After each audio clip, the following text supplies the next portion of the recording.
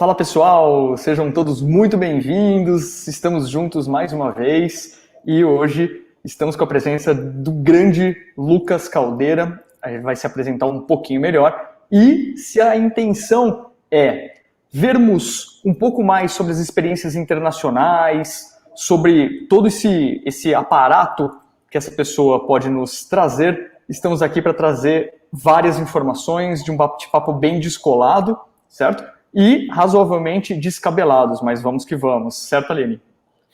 É isso aí, eu mais descabelada que você.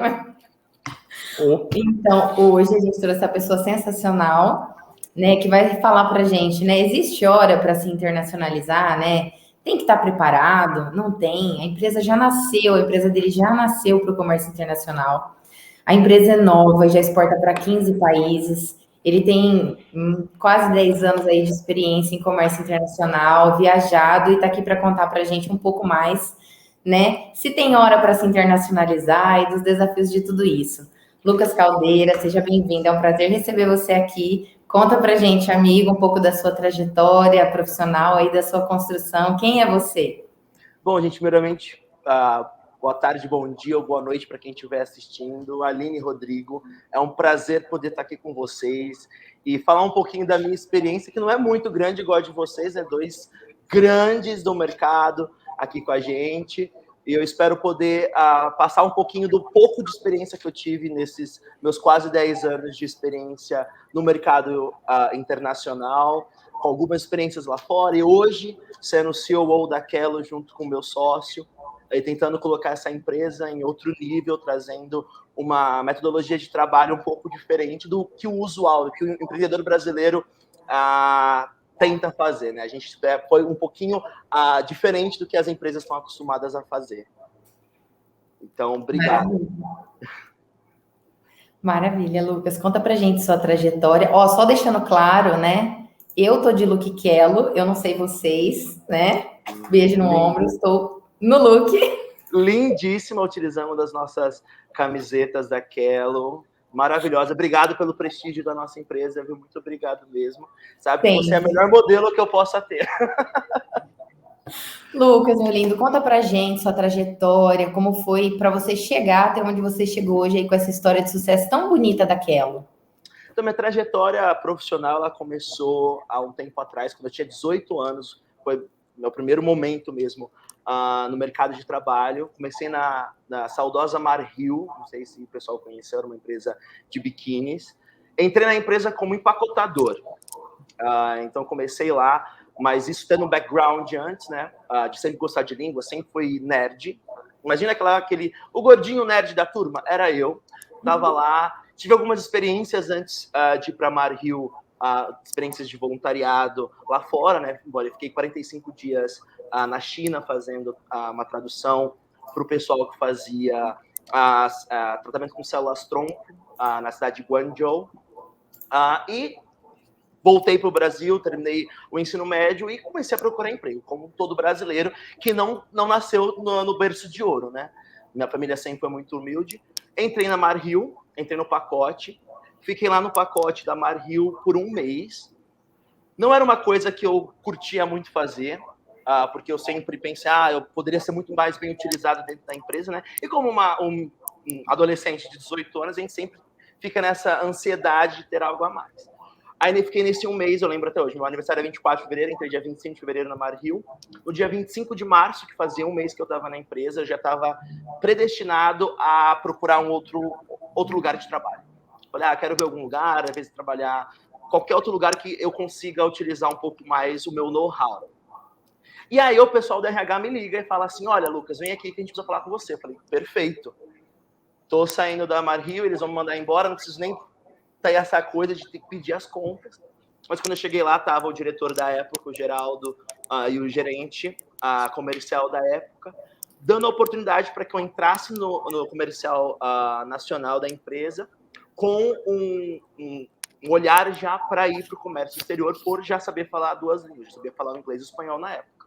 E também com o dedinho da Aline nisso daí, porque a Aline é uma das minhas mentoras de vida no comércio exterior desde sempre, um espelho para mim como profissional.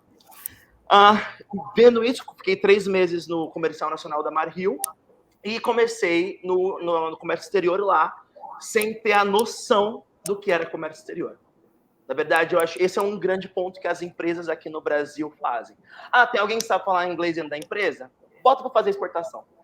Não é assim, porque na hora que a gente começa a destrinchar um pouco mais o que é o mercado internacional, a gente começa a entender que tem muito mais caroço no angu do que a gente pensa. Mas não é um caroço difícil de engolir, não. É facinho, viu?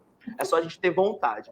E foi assim que eu comecei lá na Marrio. Fiquei 5 anos e alguns meses na Marrio, na parte de exportação. Virei gerente de exportação da Marrio. Lá eu peguei um departamento que estava praticamente falido. A gente tinha 3 clientes na época. E eu saí da empresa com a empresa em mais de 25 países, exportando, tendo presença lá fora.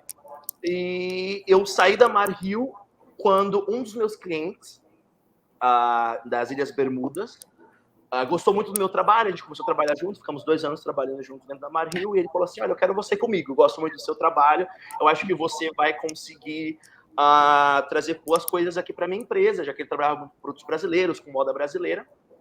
Foi quando eu fui para Bermudas, e foi o grande flip da minha vida, assim. Tive muitas experiências internacionais legais com a Marrio, sim, viajei bastante, participei de feiras, foi muito legal, tive momentos espetaculares na empresa, mas ir para fora, viver num país, entender a cultura do pessoal lá fora, pegar muito disso para mim foi a grande virada de chave na minha cabeça. Fiquei morando 1 ano e meio lá fora com o meu diretor, aí a gente começou a crescer os negócios, a gente vendia várias marcas brasileiras lá fora. Foi aí que a empresa falou assim, vamos abrir então um escritório no Brasil, e vai o Lucas voltar para o Brasil depois de 1 ano e meio lá fora, para montar o escritório em São Paulo. Fiquei mais ou menos 1 ano e meio também em São Paulo com o escritório, e nesse interim veio a ideia da Quello, que a Quello foi uma empresa pensada no quê? Foi uma empresa pensada em fazer produtos brasileiros com foco lá fora. Porque eu percebia com as empresas que eu trabalhava que eles tinham bastante ideia de internacionalização, mas os produtos não eram tão adaptados ao taste, né? ao que as pessoas queriam lá fora. Então, eu com o meu então diretor, hoje sócio, idealizamos a Quello sendo uma empresa onde, desde o primeiro momento, a gente seria uma empresa internacional. A gente seria uma empresa 100% feita no Brasil, mas com o foco no mundo, o olhar para o mundo. E é isso que a gente prega hoje dentro da Quello. A Quello hoje está entrando no seu 2º ano de existência. Então, somos uma empresa muito jovem, mas, graças a Deus, com muito êxito. Graças a Deus e graças também ao nosso esforço, né? Já estamos em mais de 15 países, tendo um fluxo bem legal. Hoje, 85% do meu faturamento é para fora do Brasil. Então, foi uma empresa pautada no mercado internacional. E quando a gente fundou a empresa no pré-pandemia, bem no começo da pandemia. E o mercado internacional veio como um respiro. Mesmo tendo as coisas fechadas lá fora, foi lá fora que a gente viu mais oportunidade do que o mercado interno para crescer e para conseguir sobreviver como empresa. E ainda bem, assim, estamos num caminho muito bom, ainda temos muito a trilhar, mas com o que a gente já está vendo já, a gente tem grandes perspectivas boas para os próximos 5 anos, que é o nosso planejamento aí para estar como os grandes players no mercado, se Deus quiser. Maravilhoso. Meu, sensacional. Bom, você tocou num ponto que eu gosto bastante, que é essa idade empresarial. A gente tem visto, acompanhado o mercado recente, que a idade ela deixou de ser um ponto-chave para você ter sucesso, para você demonstrar que uma empresa tem sucesso. Então, nesses últimos anos, a internacionalização, a globalização, ela fez isso acontecer, porque você consegue um impacto em mais pessoas de uma maneira mais instantânea do que você tinha anteriormente, ainda mais você que criou uma empresa que nasceu dentro desse mundo, né? Então, fantástico. A minha pergunta é, qual que foi o teu principal ponto de dificuldade na abertura da empresa, certo? No Brasil, qual que foi esse estabelecimento? O que mais te deu essa dificuldade? E já emendando uma segunda pergunta que eu acho bastante interessante também, Pensando nesse ponto de internacionalização, você falou que aquela é uma empresa criada, pensada para o exterior. O que isso significa para um leigo da situação como eu? É pensado em quê? Qual que é o ponto que você poderia trabalhar aí? Claro, bom, falando a primeira pergunta, e salientando que também, o sucesso da empresa não é pelo tempo, mas assim pelo trabalho que ela está fazendo. Super concordo com isso. A gente aqui a gente teve muita barreira dentro da legislação brasileira mesmo. Hoje eu sou uma empresa jovem, nova, com um sócio estrangeiro, e legalizar isso no Brasil demora muito tempo. Pra você ter uma noção, a gente ficou quase que 6 meses nesse desenrolar para conseguir fazer com que aquilo fosse aquilo. Porque a burocratização nossa no nosso país hoje é algo que às vezes espanta os investidores. Eu vejo porque eu tenho um investidor da minha empresa, que é o meu sócio, e eu vejo o quanto isso aborrece ele. Porque temos outros países que são muito mais fáceis, menos burocráticos, para ter um capital estrangeiro investido aqui dentro. Não só isso, aqui dentro também a gente tem, eu estou super ciente disso, tem vários relatórios relatórios mensais que tem que passar para o Banco Central sobre como a empresa está indo. Tem várias pesquisas e documentos que são diferentes de uma empresa somente de um sócio aqui do Brasil. Uma empresa que já entra no Simples Nacional, por exemplo. Um estrangeiro não tem acesso. Se eu tenho um sócio estrangeiro, não tenho acesso ao Simples Nacional, por exemplo. Então, isso dificulta muito o crescimento de uma empresa ainda pequena. Então, você tem que ter muito planejamento para isso. Os incentivos que um brasileiro tem, eu já não tive. Então, eu falo que a Kelo começou lutando desde o começo contra essa burocratização que a gente tem dentro do nosso mercado nacional, na verdade, dentro da nossa legislação, quando o ponto é investimento internacional.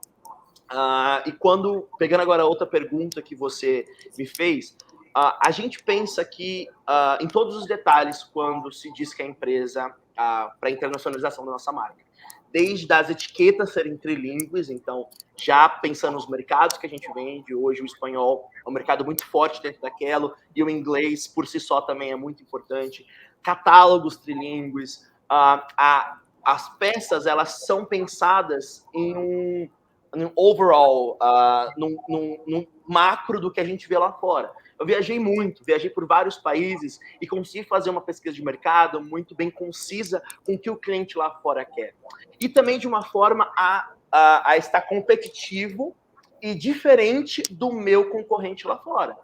Porque aquilo começou não só tendo concorrentes no mercado nacional. Eu comecei brigando com os grandes players, que é uma coisa. É difícil você brigar com os grandes players esportivos hoje no mundo. E até dentro de cada país você tem os players de destaque também.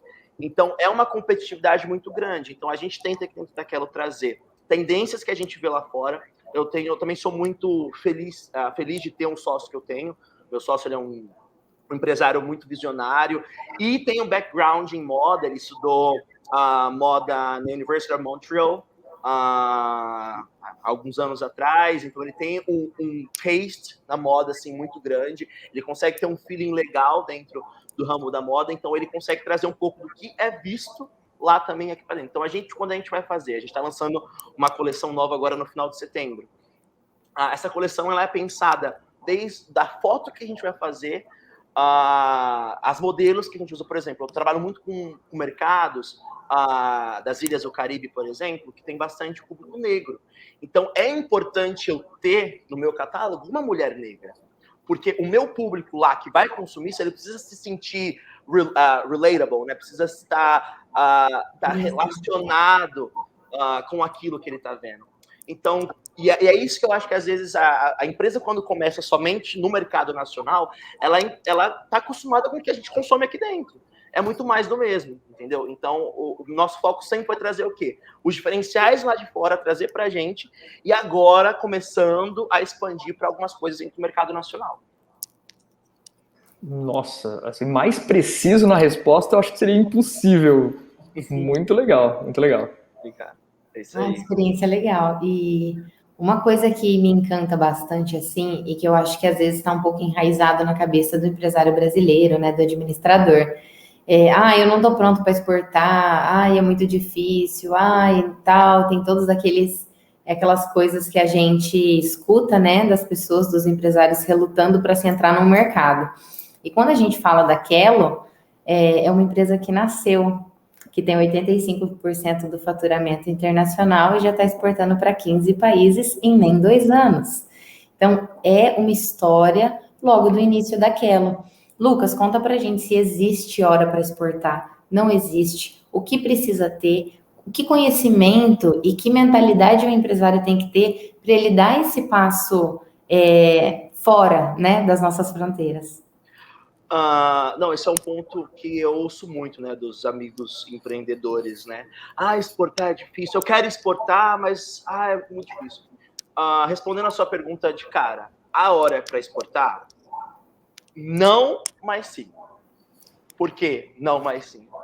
Não, porque eu acho que ir para o mercado internacional, hoje a gente tem dados das associações de classe que falam, né, que uma empresa saudável é uma empresa que tem pelo menos 30% do seu faturamento baseado na exportação. Então é importante ter exportação porque traz revenue, né, traz income de outros lugares.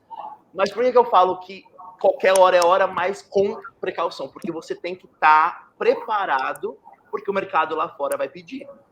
Então você tem que ter uma capacidade produtiva que vai atender seu cliente, que consiga atender o time do cliente, porque o cliente lá fora não é igual a gente, que ele aguenta esperar. Lá fora, os tempos são cumpridos de uma forma muito rigorosa. E se você não cumprir esses times, você está fora.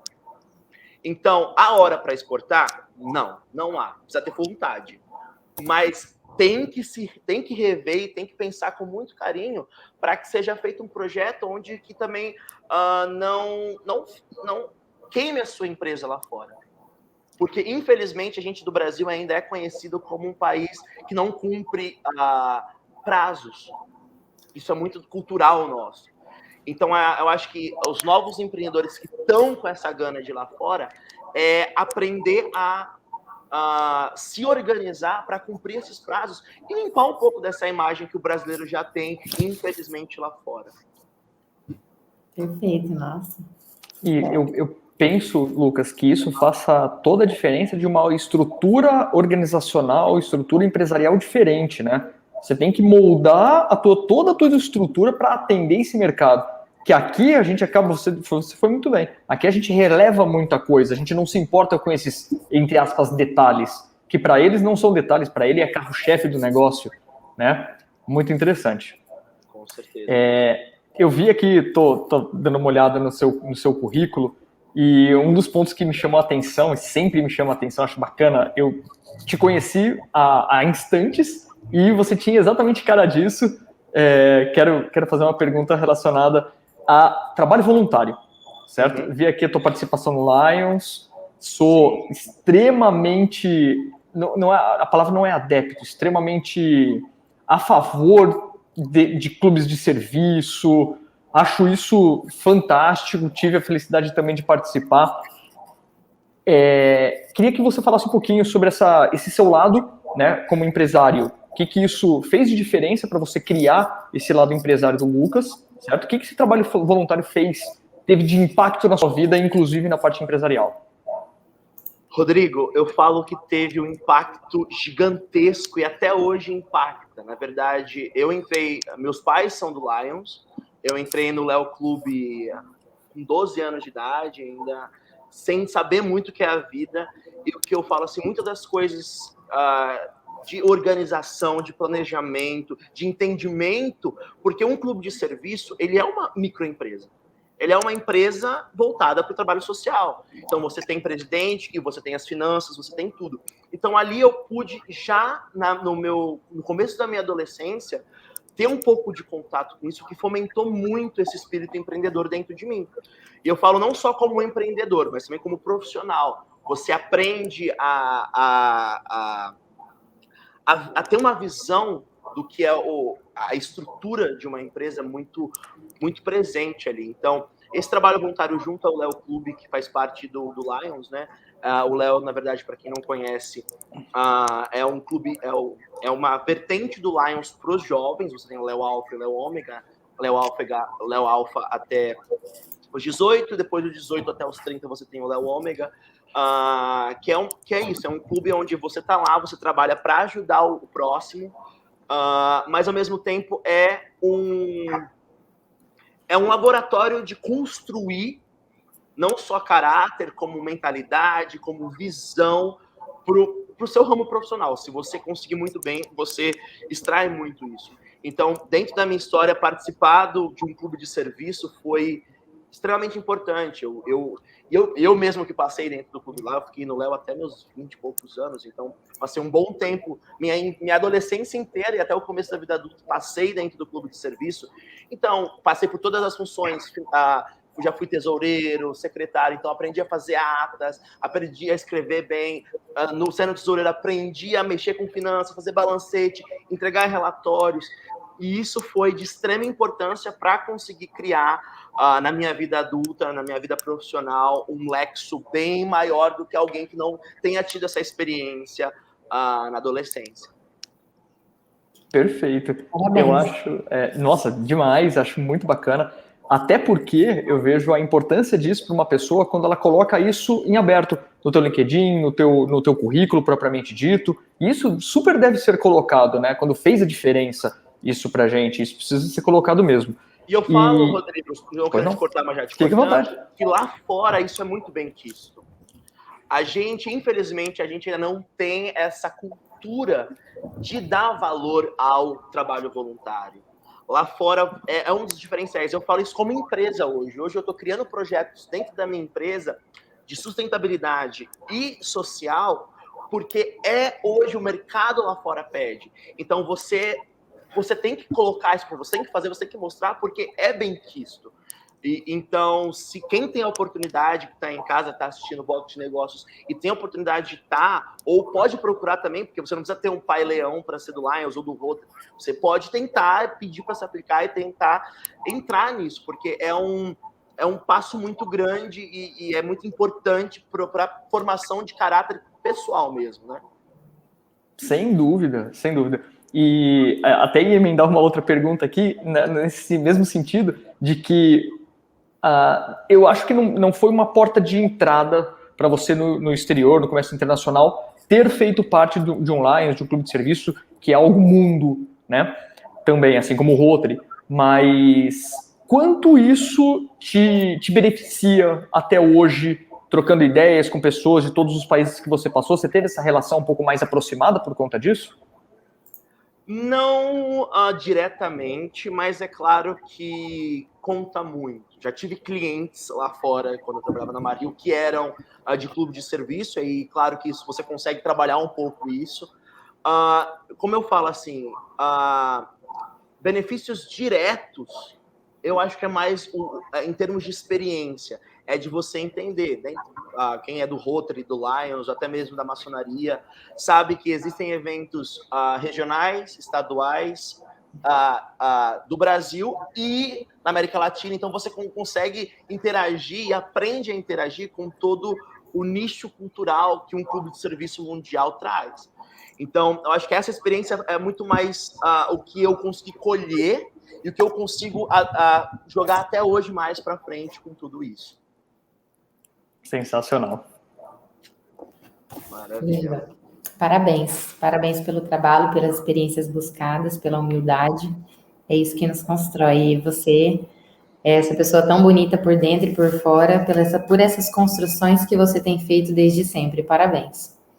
Agradeço. Nossa, fico até sem jeito com esses elogios. Todos verdades. Todo mundo que te conhece sabe. Então, eu queria na verdade, que você contasse um pouco qual é a diferença de fazer negócio com tantos países assim, né? O que você pode falar dessa experiência para quem quer entrar nessa parte de negociação internacional? Qual é a diferença de fazer negócio, por exemplo, vamos falar da área de confecção, né? O que uma americana busca é a mesma coisa que alguém da América do Sul utiliza, é a mesma coisa que tá na moda agora, tá na moda lá. Explica um pouquinho pra gente, né? A modelagem da parte da roupa fitness é igual para todos esses lugares, isso muda, né? Porque você viajou tanto e compilou todo esse conhecimento que construiu as coleções da Kello. Mas eu gostaria dessas experiências, assim, conta alguns cases, algumas situações para a gente poder entender isso na prática. Claro, não, eu acho assim, não, esse é um ponto muito interessante que todo mundo tem que entender, né? Vender para fora não é só você pegar o telefone ou o e-mail, mandar um e-mail, encontrar a pessoa e tá ali. Eu acho que previamente, quando você quer entrar no mercado, você tem que entender aquele mercado, entender as particularidades desse mercado, porque te ajuda muito mais nas negociações, entendeu? Eu falo assim, não só dos seus concorrentes lá, o que a moda lá dita, porque quando a gente fala de moda, a gente tem as tendências mundiais, que são muito válidas e que o mundo inteiro segue com as estações, que vem dos grandes estilistas, dos desfiles, e você tem a tendência que ela é regionalizada. Vou dar um exemplo para a gente aqui do Brasil, por exemplo.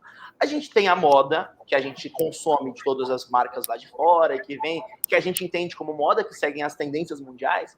Porém, por exemplo, numa novela aparece alguma coisa e aquilo vira moda dentro do nosso nicho. Tem exemplos de esmaltes, de acessórios, de roupas, que por ter aparecido no programa de TV, alguém famoso usou, criou-se uma moda que ela é muito específica. Então, quando a gente fala de moda, a gente fala dessa moda dividida em duas etapas, né? As tendências mundiais, que são a grande parte, é claro, é o que move o mundo na moda, e, é claro, as tendências regionalizadas. Então, por exemplo, você sabe que a modelagem fitness, ela não mais fácil, mas ela é menos, ela não muda tanto. Mas você sabe, por exemplo, que tem países que gostam de coisas específicas a mais, que aí você direciona eles para um tipo de produto. E às vezes até dentro dos mesmos países, você tem estados diferentes que pegam coisas diferentes. Por exemplo, dando um exemplo, claro, não é muito amplo, não estou generalizando bastante. Você pega os Estados Unidos da vida. Uma Georgia é diferente de uma Flórida, que é diferente de um Texas, que é diferente de uma Califórnia.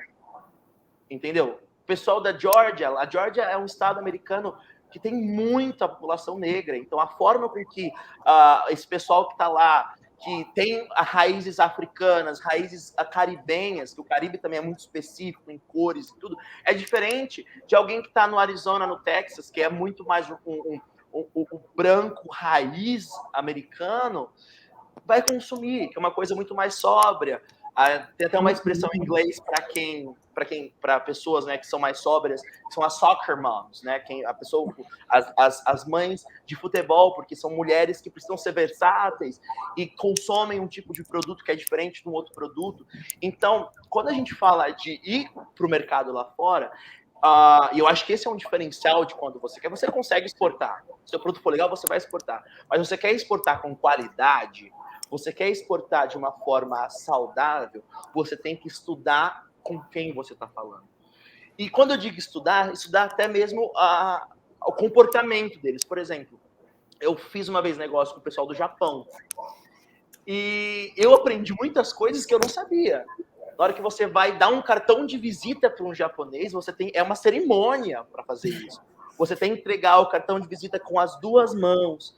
E aí ele tem que pegar. Você vai ver que ele vai ficar a reunião inteira segurando o cartão de visita na mão, porque para eles você guardar o cartão de visita no bolso é o quê? É falta de respeito. Se você vai fazer a reunião com algum país que é muçulmano, e que as mulheres estão fazendo, às vezes é alguma mulher que vai fazer negócio com você, você não pode tocar ela, porque na religião muçulmana a mulher não pode ter contato com o homem. Então, quando eu falo de você estudar o país que você vai trabalhar, não é somente estudar o mercado. Estudar o mercado é fácil. Fácil não, é difícil, mas é mais tranquilo que você estudar o que a cultura daquele lugar, para que você não invada o respeito com a pessoa. Porque, de uma certa forma, quando a gente está vendendo, a gente está invadindo um pouquinho do espaço deles para que eles venham com a gente. Então, A melhor maneira da gente fazer isso é fazer com respeito, tentando entender a cultura da outra pessoa aqui que está ali com você. Lucas, maravilhoso, que conhecimento vasto. E eu queria emendar outra pergunta já relacionada um pouco a isso.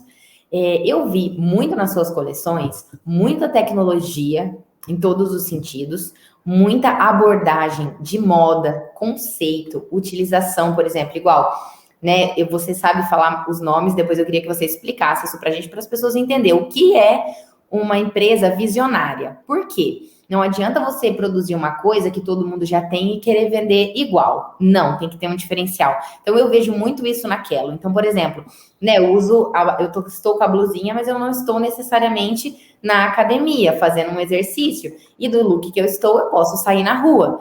Então, eu queria que você explicasse um pouco disso, né? O que a Quello pensa, qual a visão da Quello, né? Que possui essas tecnologias, essa maneira de incluir as roupas de academia na moda. Conta um pouco pra gente, explica para o empresário poder ter essa visão, né, tão diferenciada, que o seu produto é diferente hoje em dia, né? Eu não vejo tanta tecnologia colocada em uma marca só, né? Então conta pra gente, explica um pouquinho. Eu acho que isso veio muito pra gente quando a gente... que é uma coisa que as pessoas acham que é idiotice às vezes, mas que pauta muito aqui dentro da Quello. São 3 coisinhas: missão, visão e valores. E uma das missões da Quello é trazer um produto fitness para o cliente com tecnologia. A tecnologia ela é um valor e uma missão muito importante dentro da nossa empresa, e também com a forma de se comunicar com o cliente, estreitando os laços. Isso é uma coisa muito minha e do meu sócio. A gente é muito, mesmo ele sendo de fora, a gente é muito caloroso. Então, é meio que o contexto geral. Então, quando a gente pensa em Quello, a gente pensa no quê? Em trazer uma tendência que o nosso mercado quer e aplicar a tecnologia, porque esse é o grande ponto. O Brasil, ele consegue ter muita tecnologia. A gente é um país muito inteligente, a gente não usufrui de tudo que a gente pode trazer de potencial. Hoje, se a gente pensar nas exportações brasileiras, eu não vou saber o número exato, não quero falar besteira aqui, mas grande parte das nossas exportações do Brasil são de commodities, são de matéria-prima para depois a gente comprar aquele mesmo produto mais caro aqui para dentro, ao invés de fomentar essa indústria nossa, que é muito inteligente. Então, a gente aqui naquela, quando a gente busca uma coleção nova, a moda, é claro que é um mercado muito supérfluo, mas a gente precisa trazer um diferencial. E o primeiro diferencial que a gente trouxe tem uma tendência de moda que está virando muito forte agora. Lá fora é muito forte, as Kardashians trazem muito isso, temos várias grandes pessoas que gostam disso. E a gente fala que a nossa roupa ela não é só active wear, né, fitness wear, ela chama athleisure wear. O que é o athleisure wear? Athleisure é a mistura de 2 palavras, é o athletic, o atlético, com leisure, de lazer. Juntando essas 2 palavras, a gente tenta trazer uma roupa para quê? Para aquela mulher que a gente fala que é a mulher que vive no fast-paced, né? Ela vive na correria. Então, é uma roupa que a mulher precisa fazer o quê? Ela pode ir para a academia, ela vai sentir uma performance maravilhosa na academia, sim. Mas, ao mesmo tempo, ela tem que ir no shopping, tem que sair. Às vezes, gosta de uma legging mais ousada para colocar um salto alto e para o barzinho beber, porque quer se sentir confortável ali. Então, esse é uma das coisas que a gente traz, um dos diferenciais nossos, é trazer o modo athleisure de se vestir muito presente. Então, você vai ver que as nossas peças, elas são peças atemporais e muito ligado no quê? Do bem-estar, conforto, modelagem e na tecnologia que a gente pode trazer para o nosso cliente. A gente tem tecidos como um tecido chamado Emana, que é um tecido super bacana, uma tecnologia que ajuda a diminuir a fadiga muscular, ajuda a melhorar a circulação sanguínea, porque tem cristais bioativos dentro da trama dele. E o mais legal desse tecido, por exemplo, ajuda a reduzir os sinais da celulite. Então, é uma roupa, por exemplo, que eu falo, minhas amigas que têm problema de circulação e quer, às vezes, melhorar um pouquinho ali a estética, eu falo, usa pelo menos 30 dias, 6 horas por dia. Se você usar, você vai ver. Você vai viajar? Coloca uma calça de Emana daquela que é super estilizada para ir viajar, por quê? Ajuda na circulação, e a gente, quando está no avião, viajando, todo mundo que viaja sabe, incha um pouco, porque é seco lá, então não tem a circulação sanguínea, porque a gente fica muito tempo parado, sentado. Essa calça é perfeita para isso. E aí vem o lance do athleisure, é você trazer uma peça que é do fitness para o seu dia a dia. Outra coisa que a gente tem de diferencial dentro da empresa, a gente tem tecido com nanopartículas de aloe vera, que enquanto você usa essas nanopartículas são quebradas e hidrata a tua pele, comprovado cientificamente. A gente tem tratamento antibacteriano para não ter odor. Então, várias coisas, esses diferenciais, a gente tenta trazer para aquela para ser um diferencial da empresa, porque eu falo sempre, assim, a gente tem que ter diferenciais palpáveis. Porque falar, qual que é o diferencial da tua empresa? A gente tem muita qualidade. Qualidade não é diferencial, gente. Qualidade é obrigação de toda marca e toda empresa. Entendeu? Então, dá uma justificativa de que meu produto ele é bom, você vai comprar um produto porque o meu produto é de qualidade. Começou errado daí. Você tem que criar valores para o teu produto para que ele consiga trabalhar de uma forma mais concisa lá fora, não só lá fora como aqui dentro, entendeu? Então, isso é tudo que a gente estuda meticulosamente para trazer para dentro da nossa empresa hoje. Excelente, muito obrigada. Sensacional. Lucas, a gente infelizmente já vai nos encaminhando aí para o encerramento, né? Mas tenho mais uma pergunta aí para você, no sentido de que, nossa, concordo extremamente com você de que a pessoa que começa a conversa dizendo que vem de qualidade, certo? Deveria ser o mínimo, isso não deveria ter escrito em lugar nenhum, não faz o menor sentido, né? Então, queria que você comentasse também a qualidade também, mas voltada no nível profissional dos funcionários, da mão de obra que você tem, certo? Qual que foi a dificuldade que você enxergou? Como que você vê essa mão de obra no Brasil? Como que você compara ela com essa mão de obra, tanto a especializada quanto a não especializada do exterior? Comenta um pouquinho sobre isso. Esse é um dos grandes... Eu falo que é o meu tendão de Aquiles. Rodrigo, é o meu tendão de Aquiles. Hoje a gente... Nosso país ainda ele é muito carente de muitas coisas. Então, hoje eu estou num processo dentro da minha empresa que eu prefiro pegar alguém que eu consiga mostrar a cultura da minha empresa, ensinar a cultura da minha empresa, do que pegar, às vezes, algum profissional. Eu pego um profissional com mais vícios. Porque lá fora, há uma metodologia de trabalho lá fora. Trabalhar lá fora, eu fiquei 1 ano e meio trabalhando numa empresa de bermudas, mas que tem traços americanos, tipo, muito, em termos de relatórios, em termos de conduta, é muito diferente do que a gente está acostumado aqui. Então, o que a gente fala aqui, lá fora a gente fala de personnel, né? O staff é muito complicado, ainda mais a gente que vive numa cidade, não um centro comercial, como, por exemplo, São Paulo, ou grandes cidades aqui, é muito mais complicado de a gente ter profissionais que já tenham uma mente aberta. Mas hoje, o que eu procuro na minha empresa? É procurar profissionais que estejam abertos a entender o que a gente quer passar como valor e absorver esse valor. Entendeu? Então, isso é o que eu penso. Hoje eu formo muito mais os meus profissionais do que pegar profissionais que já estão acostumados com o que o mercado já está vivendo. Porque minha empresa não é uma empresa igual às outras. O meu pensamento da minha empresa não é igual de todo mundo. Então, eu preciso criar que esse profissional esteja alinhado com a minha cultura como empresa, com os meus valores como empresa e como pessoa também, né? Que a gente também passa um pouco. Acho que a empresa é um pouco um raio-x um pouco do que é um empreendedor, do que é o gestor da empresa. Então, é isso. Então, hoje, assim, achar profissionais que estejam 100% alinhados com o que a gente prega como empresa é difícil, mas hoje está sendo mais fácil achar profissionais jovens. Eu falo que minha empresa é uma empresa jovem. A grande maioria dos meus colaboradores aqui são colaboradores jovens, porque são pessoas que estão abertas a um novo mundo, a um mundo globalizado. Ainda mais nesse mundo pós-pandêmico, que vai ser um mundo muito mais... A gente não sabe o que está por vir ainda. Isso é uma coisa assim que me dá um pouco de ansiedade de pensar, porque a gente está começando a ver reflexos do que a gente aprendeu nesses 2 anos porque a gente passou, a gente aprendeu a ser muito mais digital, a gente aprendeu a ser muito mais ágil e rápido, porque se a gente não for rápido, em algumas coisas a gente perde espaço, entendeu? A gente aprendeu a ser globalizado, porque muitas empresas começaram a exportar nesse momento pandêmico, porque o mercado nacional não conseguia suprir aquilo que ele precisava.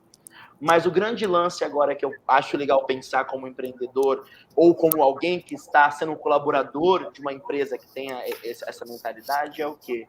Entender que a gente precisa começar a dar um update no que a gente conhece como mercado, porque o mercado ele está mudando cada vez mais e cada vez mais rápido, como a nossa vida está mudando. Se você pegar 10 anos atrás, a gente não tinha os recursos que a gente tem hoje. Hoje, quando eu falo que exportar é fácil, é porque é muito mais fácil você pegar um WhatsApp e conversar com alguém do que igual antes, quando eu comecei, que a gente tinha que ligar no telefone fixo mesmo. Ligar no telefone fixo, marcava a reunião para você ir para aquele lugar. Hoje, às vezes, você não precisa nem sair para fazer uma viagem. Você consegue fechar negócios no virtual, fazendo um Zoom da vida, um meeting por video call. Então, o mundo mudou. As empresas têm que mudar e os profissionais que estão focados nessa empresa têm que mudar cada vez mais também. Sensacional, eu acho isso muito interessante, essa visão jovem e inovadora de empreender, isso é maravilhoso, parabéns, Lucas. Obrigado. É isso aí, é a nossa era construindo empresas, que legal, né? Muito legal ver isso. E, Lucas, primeiro eu quero te agradecer, muito obrigada por estar participando aqui dessa entrevista, desse bate-papo tão cheio de conteúdo, como você é, a gente sabia que ia ser assim tão maravilhoso. E para fechar, gostaria que você indicasse para a gente, né? Sempre a gente faz algumas perguntinhas rapidinhas, então indica um livro para nós, uma pessoa que você se inspira, né? E uma dica para quem quer construir essa caminhada no mercado internacional, igual a sua empresa está construindo. Vamos lá. Nossa, um livro é difícil falar um só, porque eu fui muito leitor. Hoje ainda não estou tendo muito mais tempo. Agora que a gente é empresário, eu tento ao máximo ler. Mas tem um livro que é meio silly, como é que fala? É meio nada a ver, mas é um livro que mudou muito a minha consciência de pessoa, que é um livro super clichê que todo mundo já leu, também tem gente que odeia, mas eu gosto bastante, que é A Sutil Arte de Ligar o F estrelinha em estrelinha. Esse livro ele é muito clichê, muita gente odeia esse livro, mas foi um livro que tem um capítulo nesse livro que o nome dele é um nome que muda e que faz a gente estar com o pé no chão. E o nome desse capítulo fala assim: você não é especial. Então, a partir do momento que a gente tira essa capa de pensar que nós somos especiais, que nós somos isso, somos aquilo, traz uma humildade para a gente e abre muitos caminhos para a gente. Então, esse livro tem várias nuances ali que eu gosto muito dele. É um livro, eu falo assim, não é um livro de negócios, é um livro mais comportamental, mas que eu acho muito legal o que ele prega. Uma pessoa que me inspira muito, nossa, tem várias pessoas que me inspiram, é porque eu sou muito ligado precisa ser um empreendedor ou pode ser uma pessoa do mundo? Qualquer pessoa, até o professor de inglês. Quem você quiser, meu amigo. Quem você quiser. Eu li esses tempos atrás a biografia da Malala e contando um pouco da história dela e como ela lutou pela educação no lugar dela. E eu sou um grande exemplo de como a educação pode mudar uma estrutura. Eu venho de uma família, nem sabe meu background, eu venho de uma família muito humilde, passamos muita dificuldade. E a educação foi o que mudou minha vida, mesmo sem recursos. Eu busquei meus recursos, eu aprendi o inglês sozinho, aprendi o espanhol sozinho, porque eu sei o quanto a educação é importante, ainda mais num país como o nosso.